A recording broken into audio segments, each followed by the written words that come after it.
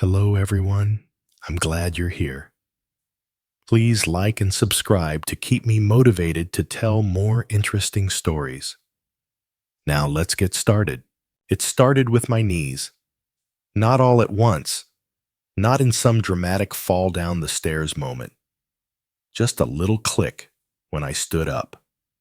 A small, almost charming protest.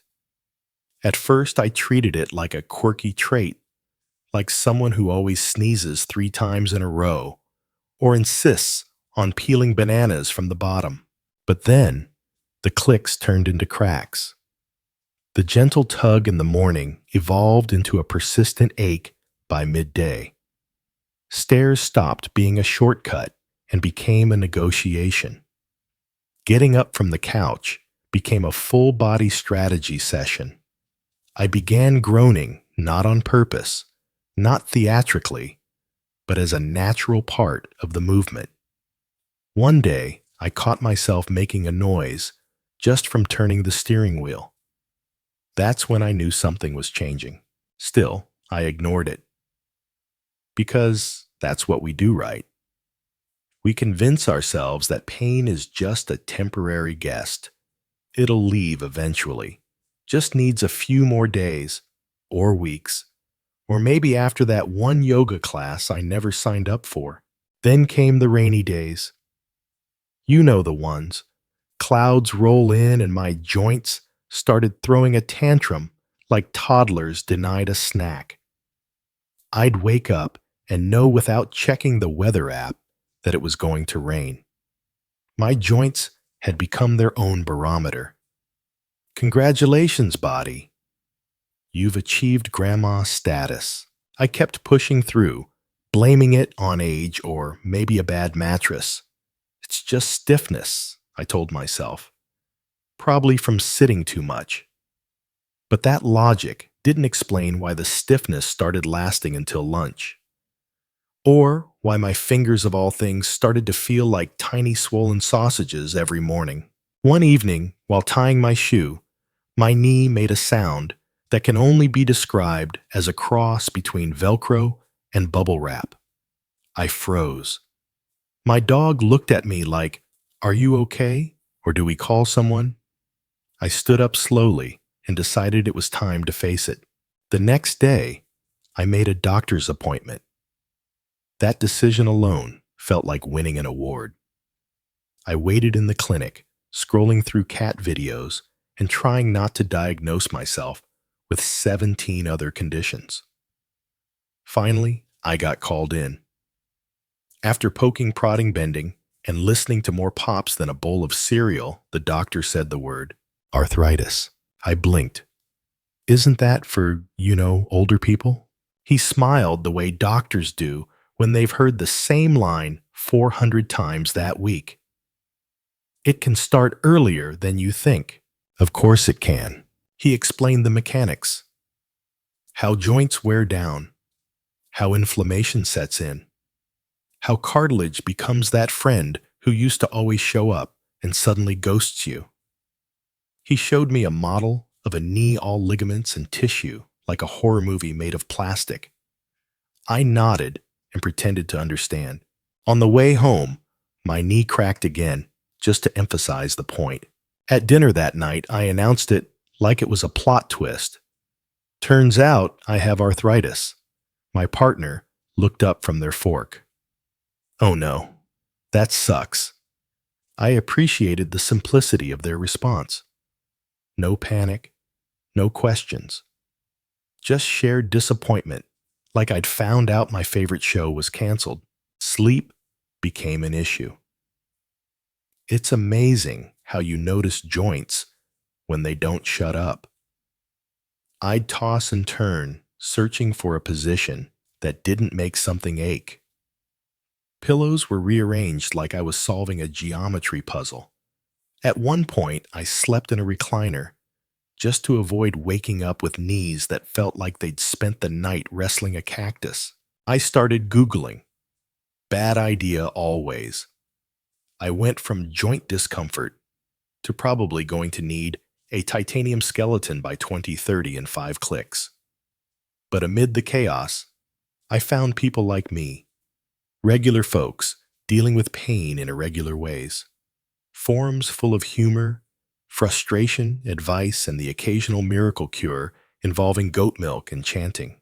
There was something oddly comforting in knowing I wasn't alone, that someone else out there was also waking up like a bowl of Rice Krispies Snap Crackle Pop.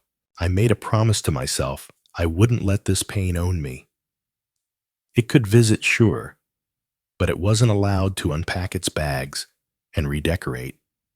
If my knees wanted to talk, fine, but I'd talk back. Politely, firmly, with the confidence of someone who once assembled IKEA furniture without crying.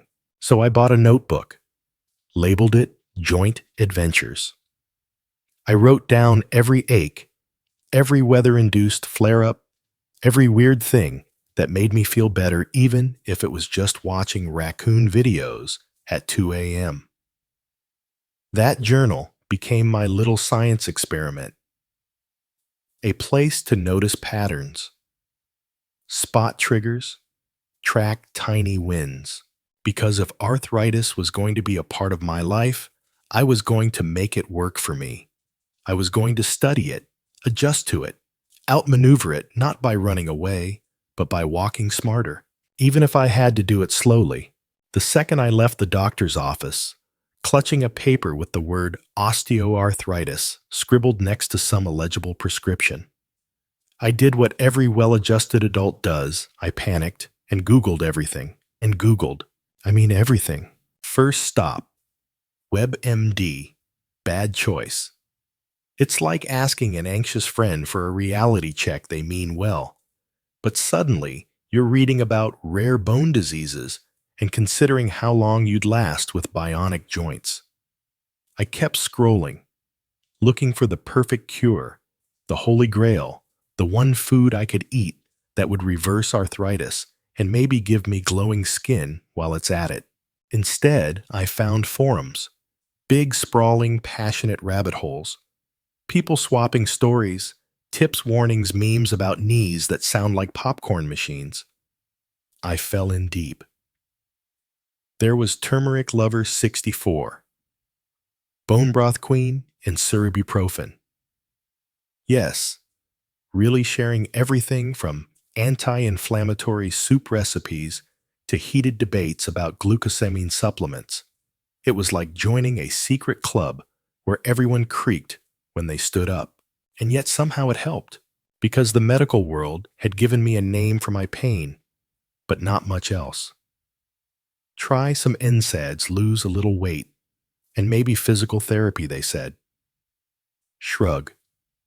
Next patient. That was the whole vibe. But online people were deep in the trenches, experimenting with everything from ancient Chinese herbal patches to ice baths to goat yoga. Not that I tried goat yoga. I have a healthy fear of unpredictable mammals, but still. So I started experimenting too. My medicine cabinet turned into a chemistry lab. I had ibuprofen acetaminophen and some prescription that may as well have been unicorn dust based on how expensive it was. I tracked my reactions like a scientist. One pill helped, but wrecked my stomach. Another didn't help at all, but made me crave pickles. Go figure. Then came the natural remedies phase. Ah yes, turmeric, the golden savior of the internet. I bought capsules, I bought powder. I stirred it into warm almond milk like I was casting a spell. Honestly, it wasn't bad. Kind of earthy. Did it help? Maybe. Or maybe I just liked feeling like I was doing something. Someone online recommended soaking in Epsom salt with lavender oil while visualizing my joints regenerating. I tried it. I mostly fell asleep and woke up wrinkled. But hey, less pain that night. So, who's to say? Another hot tip. Gelatin, like the kind in Jell-O. Apparently, some folks believe it helps rebuild cartilage. I started making wobbly cups of neon orange goo, like I was back in a 90s lunchroom. Whether it helped or not is debatable. Historians still argue whether gelatin does anything at all for joints, but my fridge was definitely more colorful.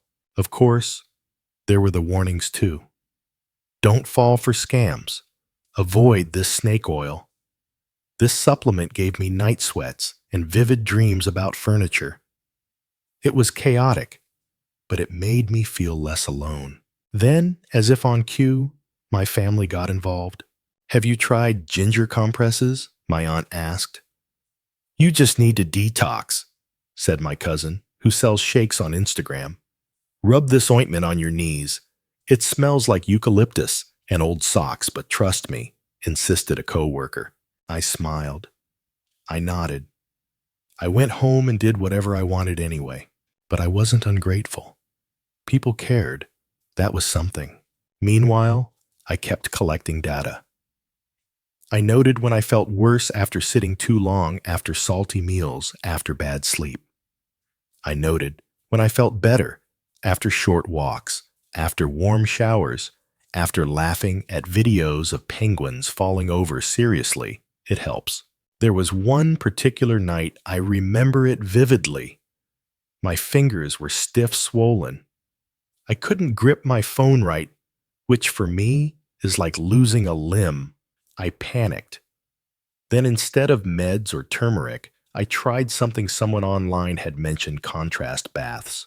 I dipped my hands into warm water, then cold, then warm, back and forth, and it worked.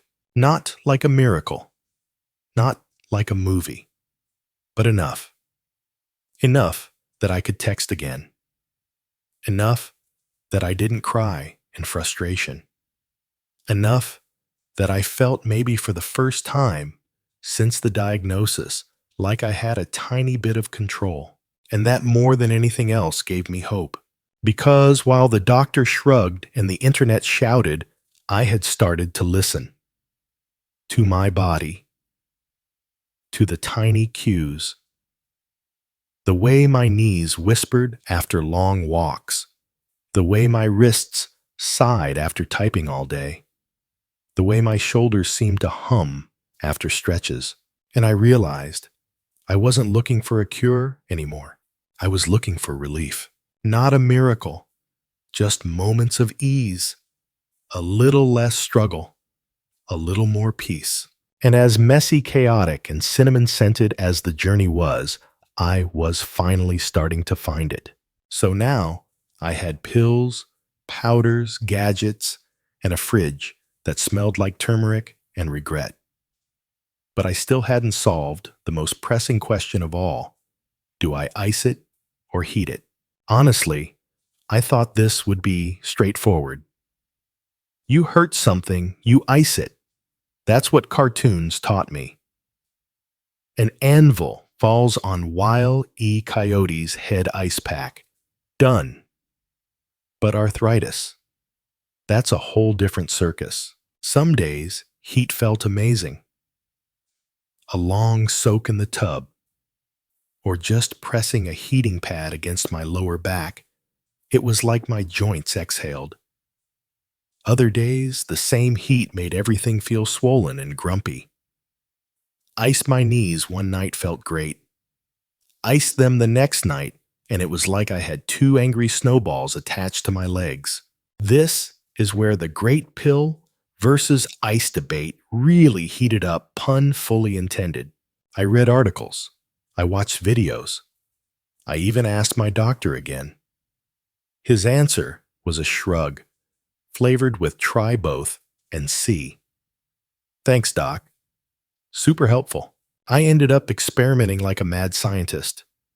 One knee got heat, the other got ice. Whichever one felt better the next day won the battle. It was like joint roulette, except slower and sadder. One night, after a particularly stubborn flare-up, I pulled out everything. I took the anti-inflammatory pill, slathered on a topical cream that smelled like burning mint, wrapped one knee in a heating pad and the other in a frozen bag of peas.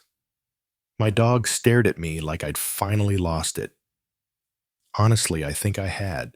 And let's not even get started on braces and supports. I went through more knee braces than I care to admit. Some were too tight, some slipped off like sad socks, and one cut off my circulation so badly I nearly turned purple. I now have a drawer I lovingly refer to as the brace graveyard. Then came the copper bracelet. Yes, I wore one. Aunt June swore by hers. It balances the energy in your blood, she said. I asked her what that meant. She blinked. I don't know, but I haven't had a flare-up in months. Well, okay then. For $12 online, I figured I'd try. Worst case, I gained fashion credibility among 19th century mystics.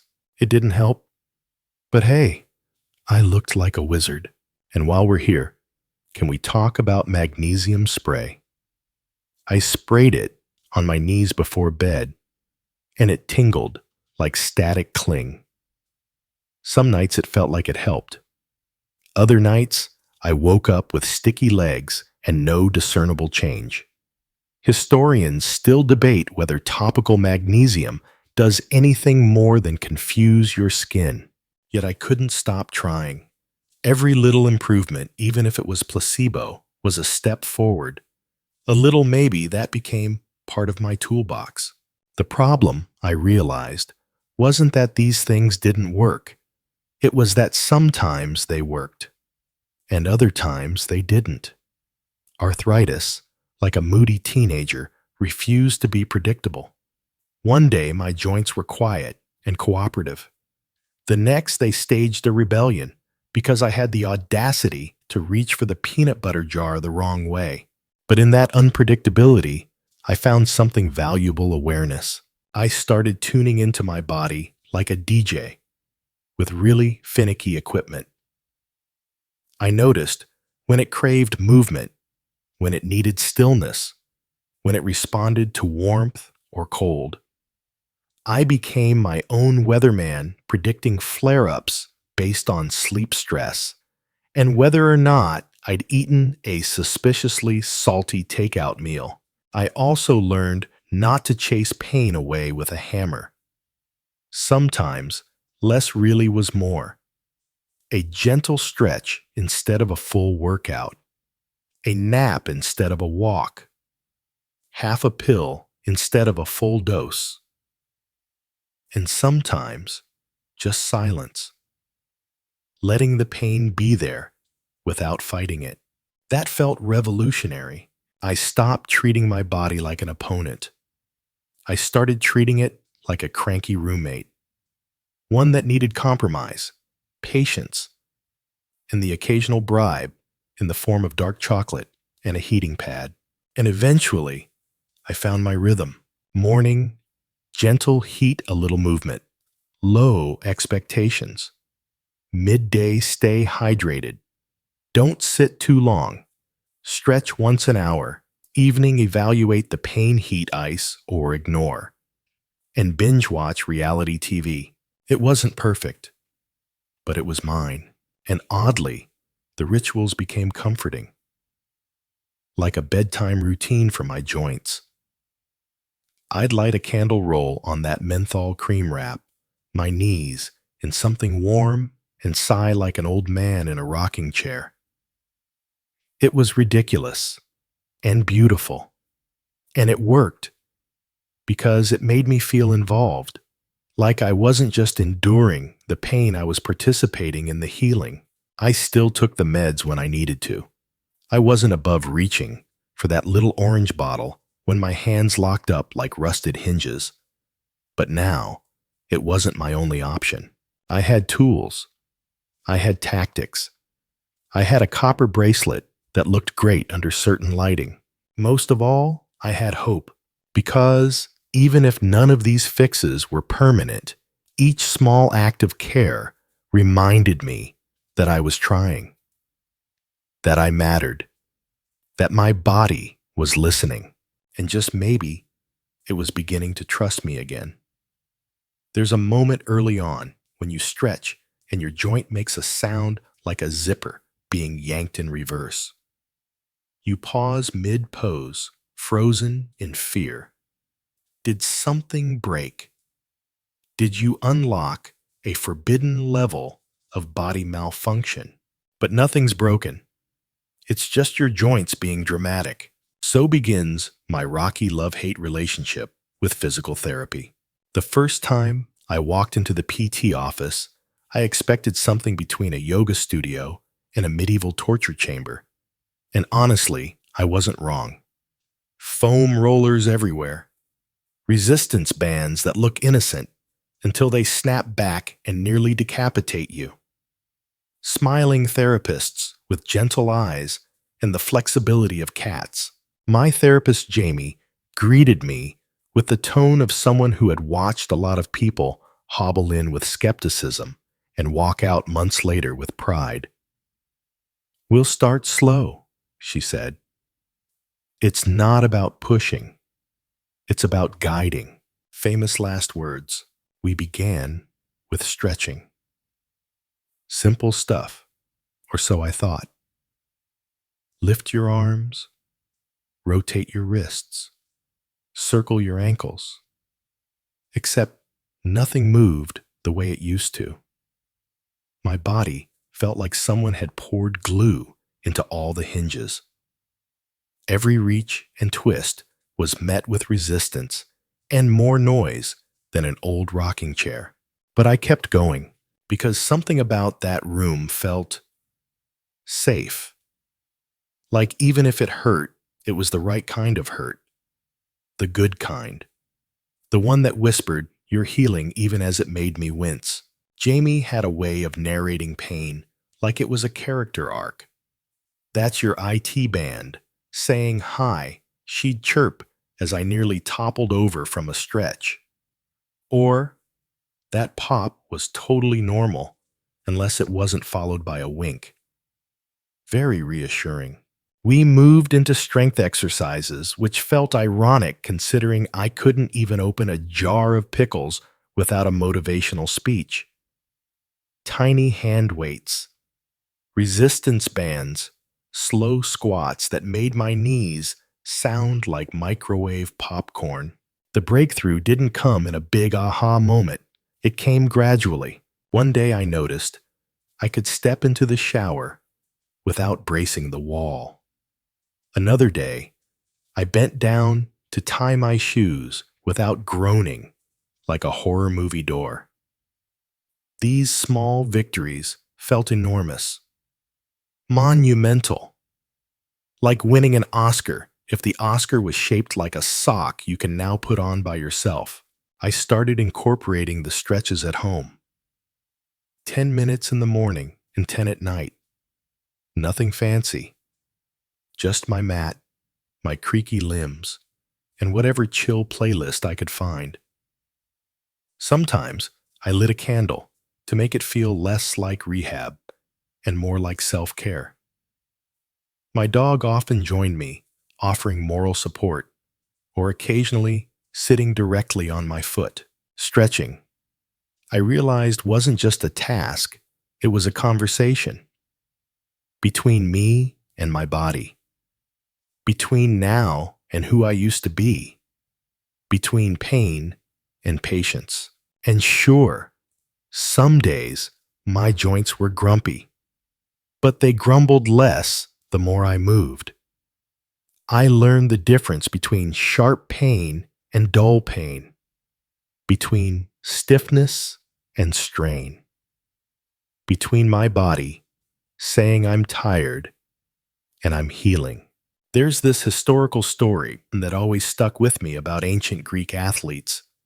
They believed joint pain was caused by an imbalance in the humors, so they'd stretch and twist before competitions to realign themselves.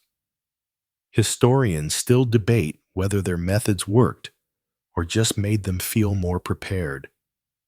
But either way, the principle was clear. Movement mattered. And now I understood why. Stretching became a lifeline, a way to reclaim space in a body that arthritis had tried to steal. A reminder that even if I couldn't stop the pain entirely, I could soften it, redirect it, make peace with it. I tried yoga next. Bad idea at first. I joined an online beginner class, and the instructor smiled through poses that looked designed by someone who hates knees. But over time, even those wild contortions started to make sense. My balance improved. My breath slowed. And every session ended with a little moment of stillness, just me, the mat, and a body that didn't feel quite so broken. Stretching also gave me something else: time. Time to check in. Time to notice. Time to feel the tension I usually ignored. That spot behind my left shoulder that always tensed during stress. The hamstrings that screamed when I'd been sitting too long. The wrists that thanked me every time I rotated them gently before typing. Stretching wasn't just about joints anymore. It was about presence. It was about claiming 10 quiet minutes in a noisy world. A way to honor a body that had, for all its noise and nonsense, gotten me this far. And that's something. Because once upon a time, I treated my body like a car. I'd drive it into the ground and only deal with issues when the check engine light came on. Now, I was learning to listen before the warning lights blinked. I didn't stretch to be flexible. I stretched to be kind, to say I'm here. I see you. Let's keep going. It started with bread. Soft, warm, fluffy bread. I had just finished a sandwich. Nothing outrageous, just turkey lettuce mayo. 2 slices of that amazing bakery sourdough, and about an hour later, my fingers felt like overinflated balloons. Achy, stiff, angry. I glanced at my hands like they'd just betrayed me in public. Coincidence, maybe. But that night, after a bowl of pasta and garlic bread, don't judge, I could barely bend my knees enough to get into bed. My joints were staging a revolt, and dinner was clearly the instigator. So I did what any rational person would do. I declared war on my pantry. Out went the white bread, the crackers, the pasta, the snacks with labels longer than short stories. I went down a rabbit hole of articles titled things like 10 foods that secretly set your joints on fire, and is your dinner slowly destroying you? Spoiler, probably yes. That's how I ended up face to face with a new villain: inflammation. Apparently, arthritis wasn't just about aging joints. It was about your immune system overreacting like a drama queen at a family reunion. Foods high in sugar, refined carbs, and certain fats could make it worse. And guess what? That included all my favorites. Goodbye pizza, goodbye donuts, goodbye to that salty, buttery popcorn that had become my midnight best friend. Instead, I welcomed leafy greens, salmon berries, nuts, and olive oil into my life. They were the new squad, the A-team of anti-inflammation. I even tried kale. Once. It tasted like wet cardboard, but I chewed through it with the determination of someone trying to feel superior at brunch. I started keeping a food diary. Every entry read like a tragic breakup. Had cheese. Knees hurt. Regret level medium. Binge-watched Netflix with chips. Woke up with sausage fingers. Tried quinoa. Still not sure it's food. Historians still debate whether certain foods universally cause inflammation, or if it's all individual voodoo, but I knew my body. And my body was very clear. Eat junk. Pay the price. Then came the ultimate betrayal. Broccoli. I had always been told it was a superfood, a crunchy green miracle. But every time I ate it, I felt worse. My stomach bloated, my joints ached, and my mood plummeted. I refused to believe it at first. Broccoli was a vegetable. Vegetables are supposed to be my friends. I researched and found out that some vegetables' nightshades, like tomatoes, eggplants, and yes, occasionally, cruciferous veggies like broccoli, can cause inflammation in sensitive individuals. I felt betrayed, like I'd been dumped by someone who had always been good for me, so I cut it out, just to see. Within days, I felt better. I stood in front of my open fridge, looking at the remaining stalks of broccoli, and whispered, "It's not me, it's you." But it wasn't all about removing things. I started adding stuff too, like ginger. I tossed it into stir fries, made tea out of it, even chewed a slice raw once, which I do not recommend, unless you enjoy setting your mouth on fire. But my joints loved it. Omega-3s became my new obsession. Fish oil capsules as big as bullets. Salmon twice a week. Chia seeds in everything. I didn't even know what a chia seed was 6 months ago. Now they were in my smoothies, like little microscopic ninjas fighting inflammation. And I began to notice something wild, the connection between what I ate and how I felt extended beyond pain. On days when I ate cleaner, I had more energy, less brain fog. I even slept better. Coincidence? Maybe. But after a while, too many coincidences start looking like patterns. One day, I had lunch with an old friend. She watched me push away the bread basket and raise a brow at the salad dressing like I was Sherlock Holmes inspecting a crime scene. "You're so disciplined now," she said. I laughed. "I'm not disciplined. I'm just tired of hurting." And that was the truth. This wasn't about being perfect. I still had chocolate. I still had fries. But now, I saw them as choices, not defaults. And I learned to balance instead of binge. The hardest part wasn't giving up certain foods. It was explaining it to other people. Every party, every potluck, every holiday came with the same questions. "You're not eating the casserole. Are you on a diet? But it's just one slice." I got used to saying, "I'm just trying something new," or "I feel better this way," while silently thinking I like walking without pain, thanks. Food became less about comfort and more about care. I wasn't punishing myself. I was protecting myself. And with each anti-inflammatory smoothie, each boring bowl of oats, each sad but noble rejection of cake, I felt a little more like I was steering the ship again. By now, my fridge looked like a farmer's market threw up in it. My knees sounded like crumpling newspapers. And my nightly routine included ginger tea wrist circles and muttering affirmations while microwaving a flaxseed heat wrap. Naturally, it was time to dive into something a little more unhinged, the history of joint pain relief. You see, when you're dealing with arthritis, you eventually realize modern medicine has limits. And when those limits are reached, curiosity steps in. And that curiosity led me to a rabbit hole that was part history lesson, part horror movie, and part, well, comedy. Let's go back, way back. In ancient Egypt, they believed joint pain was the result of bad winds trapped in the body.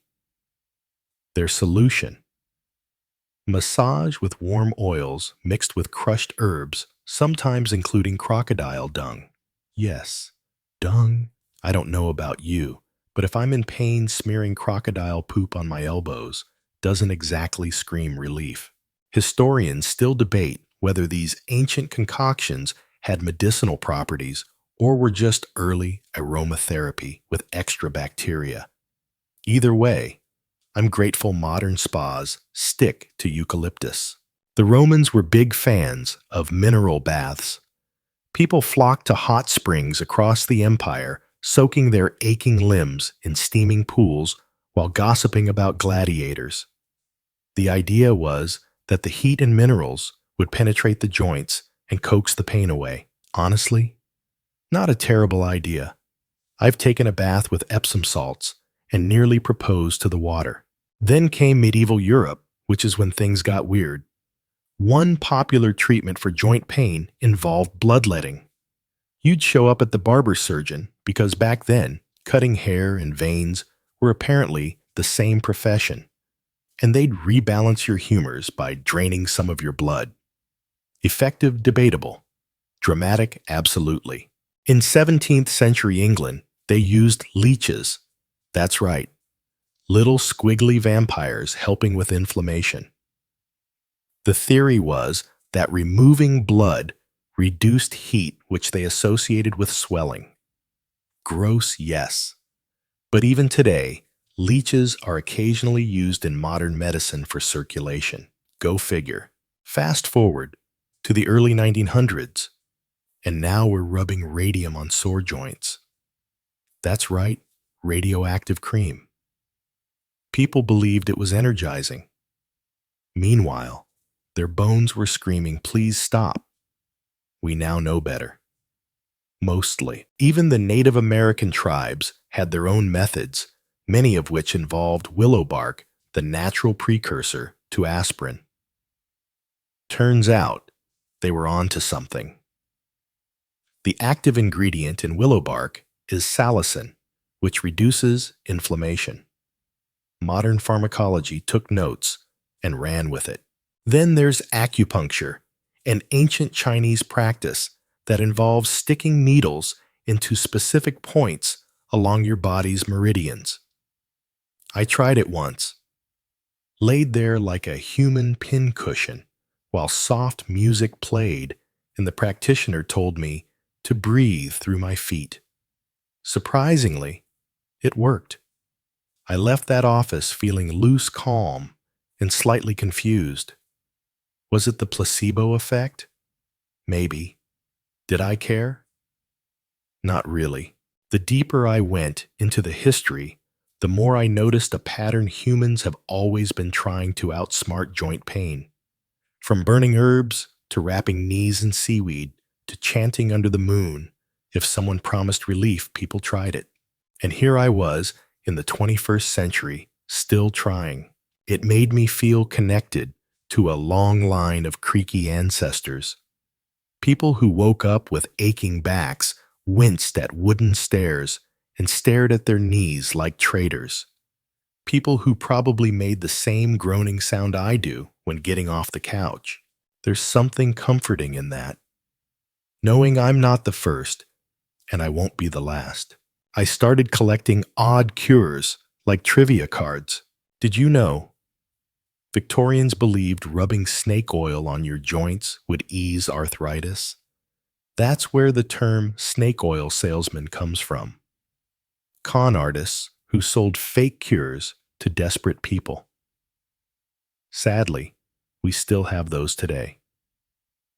They just use influencer discounts and fancy packaging. One particularly weird method I read about involved wrapping your joints in cabbage leaves. Apparently, cabbage pulls out inflammation. I actually tried it. Sat on the couch, knees wrapped in leafy greens like some kind of organic burrito. It didn't do much, but my dog looked at me with deep concern. So that was fun. The point is, people have always been resourceful, maybe a little unhinged, but hopeful. And that's what struck me most. Every cure, every ritual, every strange leaf wrap was rooted in hope. The hope that maybe this time the pain would ease, that the next day would be just a little easier. That's what I was doing too, trying things, testing my limits, learning what worked and what didn't, collecting my own weird, wonderful list of rituals, some backed by science, others just backed by good vibes and peppermint oil. Modern medicine may have refined the tools, but the goal is the same as it was thousands of years ago. Relief. And maybe just maybe a little joy too. Because if I've learned anything from history, it's this pain makes people creative. And the more creative we are, the more likely we are to stumble into the thing that actually helps, even if it does involve cabbage. There are days when I wake up and feel like I've been folded into a pretzel overnight. My fingers are tight like tiny sausages fighting their way out of winter gloves, and my knees crack with that signature popcorn sound the moment I swing them out of bed. I don't even bother being annoyed anymore. I just smile and whisper, "Good morning, drama queens." These are what I call the tough days. They arrive unannounced. No change in weather, no dietary mistake, no wild exercise binge. Just pain. Creeping, humming, stubborn pain that settles in and makes itself a house guest. Sometimes it's a dull ache. Other times it's sharp concentrated like my joints are being punished for some crime I can't remember committing. And yet, here's the weird thing I've learned to make room for these days. I no longer panic when I can't open a jar, or when getting out of the car takes 2 tries and a swear word. I adapt. I shift my weight differently. I use that weird rubber grip tool for lids. I lean against counters like a suave detective in an old movie, even if it's really just so I don't fall over while tying my shoes. But the tough days aren't the whole story, because right next to them are the tiny victories. The day I zipped my jacket all the way up without wincing. The morning I walked a full mile in the park without needing to sit. The moment I realized I hadn't thought about my pain in over an hour because it wasn't there. These victories don't show up in medical records. They're not dramatic, but they're mine, and they keep me going. There was this one afternoon, I'll never forget it. I was listening to music in the kitchen, and a song I loved came on. Without thinking, I danced. Just a little. A sway, a bounce, and then another. My knees didn't scream. My hips didn't betray me. I was moving. I was smiling. I was living, and that's what these moments do. They pull me out of the fog, the frustration, the fear. They remind me that I'm not just surviving, I'm adapting. Even on the worst days, I've started making a list. Just 3 things that went well. Sometimes they're ridiculous. I made it down the stairs without cursing.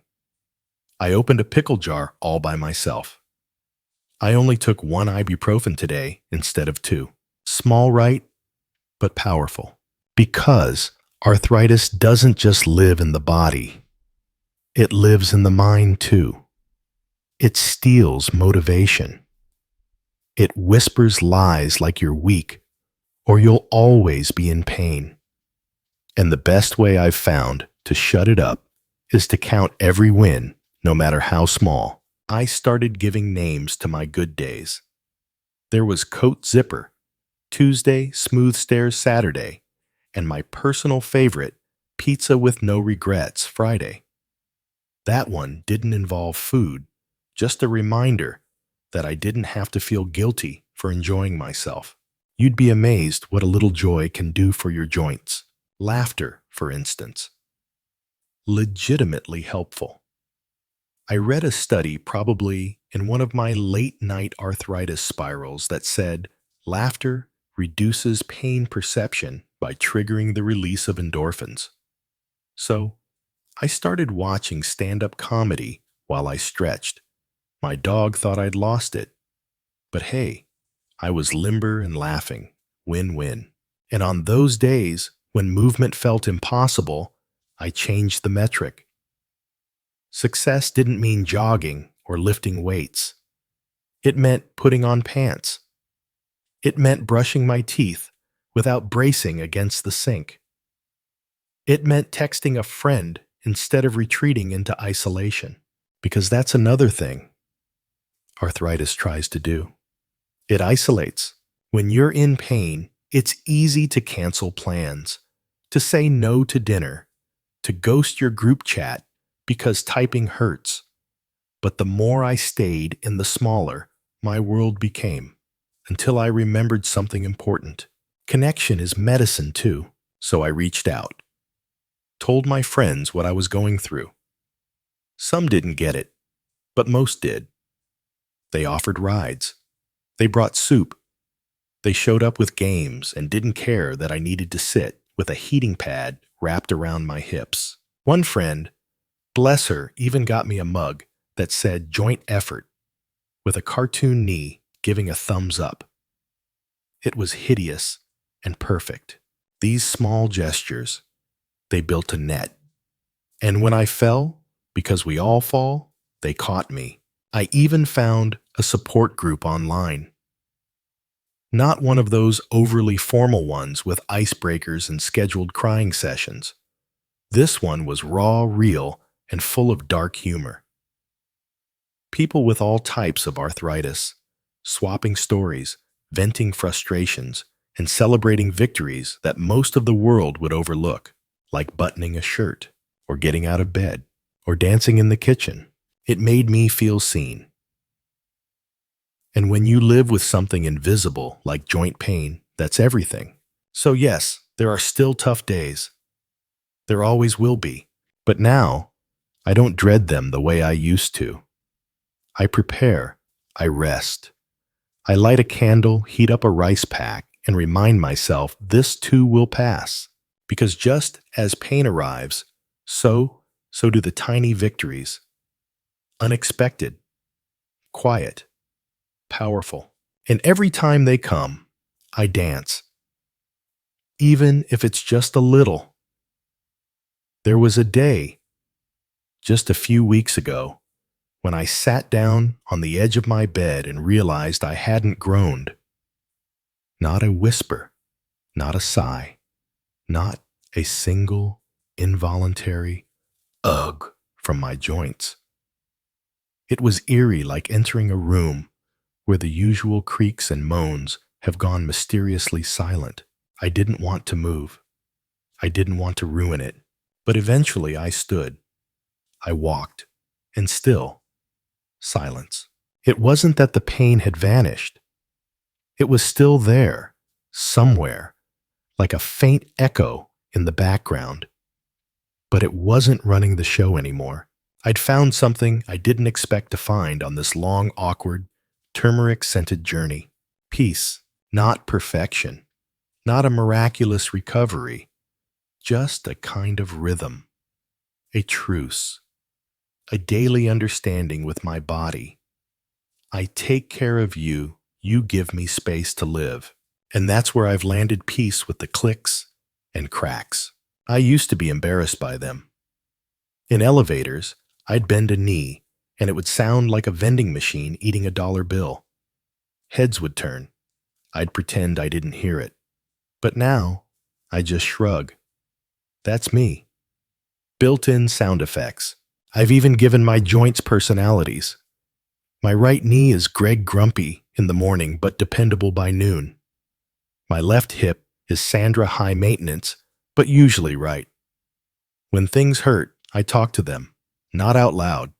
Well, sometimes out loud. I say, "Okay, Sandra, take it easy. We've got stairs today. It helps. Don't judge me." What helps more, though, is routine. My joints crave routine like toddlers crave naps. Same stretches, same breakfast, same careful warm-ups. I used to find that boring. Now I find it comforting. Because there's power in the predictable. When you live with pain, you treasure anything that gives you a sense of control. And for me, that's the 5-minute ritual in the morning where I rotate each joint like I'm tuning a dusty piano. It's silly. It's slow. It's mine. And then there's movement. It took me months to realize I didn't need to fear movement. I just needed to negotiate with it. No more go big or go home workouts. Now, it's move in the ways that feel kind. Sometimes that's yoga. Sometimes it's walking laps around the grocery store because I forgot eggs. Sometimes it's dancing in the kitchen with my dog, who, by the way, has developed a deep understanding of my limited mobility. He now brings toys directly to the couch and rest. Rest isn't quitting, it's strategy. There were days when I thought pushing through the pain was a sign of strength. Now I know better. Now I listen. I say, not today. I lie down. I read. I recharge. And when I rise again, it's smoother. Emotionally, I've softened too. I used to resent my body. I thought it had failed me. But that mindset only made things worse. The real breakthrough came when I started talking to my body like I would a friend who's hurting. I started saying things like, I know you're tired. We'll take it slow today. Thanks for getting me through that walk. I'm sorry I pushed too hard yesterday. Sound weird maybe, but try it. It changes everything. Because this body, creaky, noisy, stubborn, is still showing up for me, still carrying me through long days, bad weather, grocery runs, and late-night phone calls with friends. Still giving me the chance to laugh, to cry, to live. And you know what? I'll take that. The future. Sure, it's uncertain. Maybe my pain will increase. Maybe I'll need more help. Maybe I'll get another weird suggestion from Aunt June involving bee venom therapy. But I'm not scared anymore because I know what to do now. I know how to listen, how to rest, how to stretch, how to nourish, how to ask for help, how to dance like no one's watching, even when someone definitely is, and they're recording it for TikTok. I've come to love this new version of myself. Slower, yes. Softer, definitely. But stronger, too. Strong in ways that don't show up in X-rays or MRIs. Strong in ways that come from choosing to keep going every single day. And if I had to sum up this entire journey in one moment, it would be this: sitting on the couch at sunset, my knees tucked up my dog. Beside me, a warm tea in hand, and that lovely golden silence from my joints. No drama, no revolt, just presence. Still, quiet, alive. Now, as we reach the end of this story, I want you to imagine something simple. You're sitting somewhere comfortable. The sun is dipping low, casting long amber rays through the window. A soft breeze moves the curtain. Maybe there's a cup of warm tea in your hand, and your joints, those noisy companions, are silent for once. Still, at ease, just like you.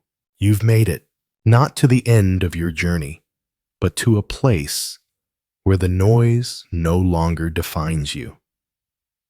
You've moved through the sharp days, the heavy mornings, the meals that betrayed you, and the moments that made you want to scream.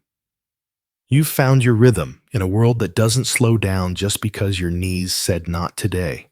You've chosen compassion over perfection, patience over punishment. You've learned to move not because you must, but because you can, even when it's slow, even when it's strange. And look at you now. You know what works for you. You know what food lifts you up and what to quietly set aside. You've built a toolkit, not just with heat packs and capsules, but with breath awareness and even laughter. You've studied ancient remedies and modern science and figured out what matters most. What brings you relief? Because, in the end, arthritis doesn't have the final word. You do. So as you sit there now, Knees quiet, fingers loose, heart a little lighter. I hope you remember this. You're not broken. You're not too slow. You're not less than. You're a human navigating something hard with grace, grit, and yes, a few groans. And for every step you take, whether it's across the room or across the years, know this. You're doing beautifully.